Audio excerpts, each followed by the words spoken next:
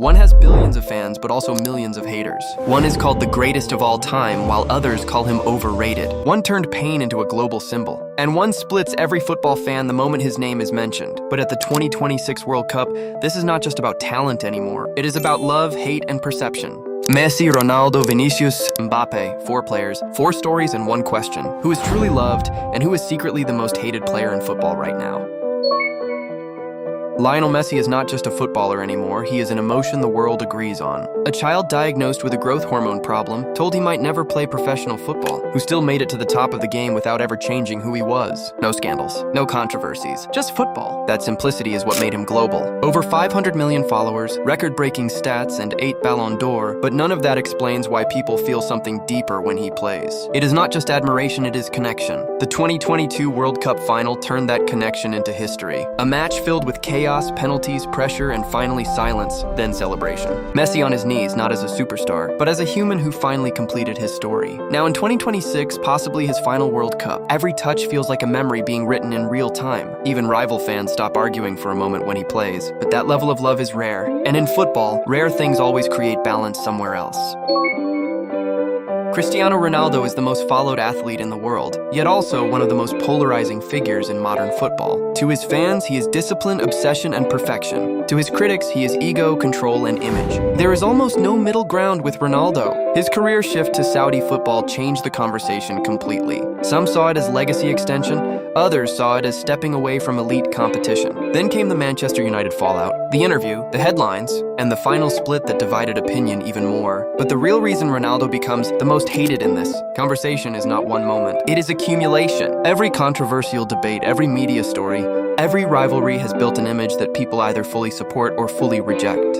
And in Portugal's current golden generation, some fans believe the team now plays differently because everything still revolves around him. Yet despite all the criticism, he still delivers goals, still breaks records, still performs on international stages. That contradiction is exactly why Ronaldo is not just a player. He is a debate that never ends. Vinicius Jr.'s story is not built on fame, it is built on resistance. Coming from São Gonçalo in Brazil, football was never just a dream, it was escape. When he arrived in Spain, the narrative around him quickly turned complicated. Criticism of his style, pressure from media, and then something far darker. Racist abuse from stadiums that was captured, shared, and condemned worldwide. But instead of disappearing under pressure, Vinicius reacted differently. He scored more, he celebrated louder, he refused to shrink. For some, that made him controversial, but for millions of fans, especially in Brazil and across younger generations, it made him powerful. Because his celebrations were not arrogance, they were response. He turned hostility into identity. Now heading into the 2026 World Cup, he carries Brazil's biggest hope since the 2002 generation. A nation waiting, expecting, believing he is the one who can bring them back to glory. That emotional weight is not pressure for him, it is fuel. And that is why in this debate, Vinicius is not just a footballer. He is a symbol of what football sometimes refuses to see. Kylian Mbappe is the most complicated name in world football right now. To France, he is the future, the leader, and the player built for moments like this. His speed, finishing, and World Cup record already place him among the elite at just 27. But outside France, the perception shifts completely. The PSG saga changed everything. A player who was seen as the face of a project, who promised loyalty, who stayed through years of development, and then left for Real Madrid in a move that divided an entire fan base.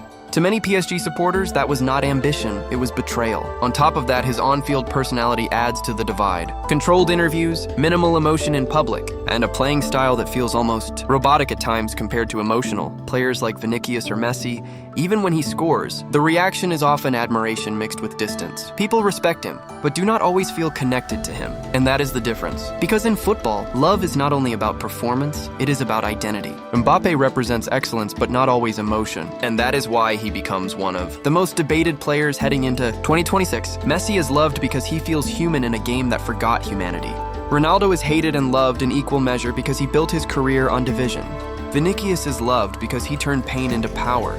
And Mbappe is respected, feared, and criticized because he represents cold perfection. But here's the truth about football in 2026. Love and hate no longer depend only on goals. They depend on stories, emotions, and what each player represents to different parts of the world. And that is why there is no single answer in this debate. Only opinions, only arguments, and only moments that keep changing perception every time they step on the pitch. Now I want your real opinion. Not what is popular, not what is safe. Who do you love the most in football right now? And who do you genuinely struggle to watch?